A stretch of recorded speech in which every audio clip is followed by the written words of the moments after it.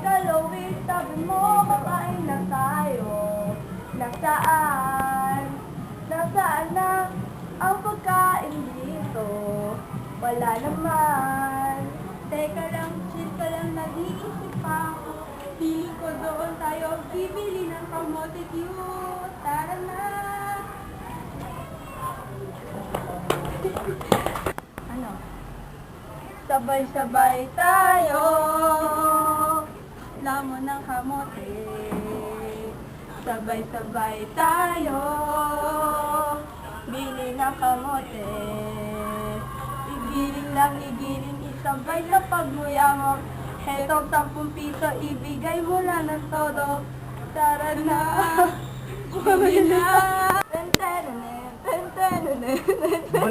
Tanga naman to. Bili na po kayo. Ate, magkano po siya pagka 12 pieces? Ano, 100 na lang. So, makakalit po kami ng 20. O naman. Sige po, magtatawag lang kami ng barkada dito. Tawagin niyo lahat para. Sige po. Dami po ha. Apo.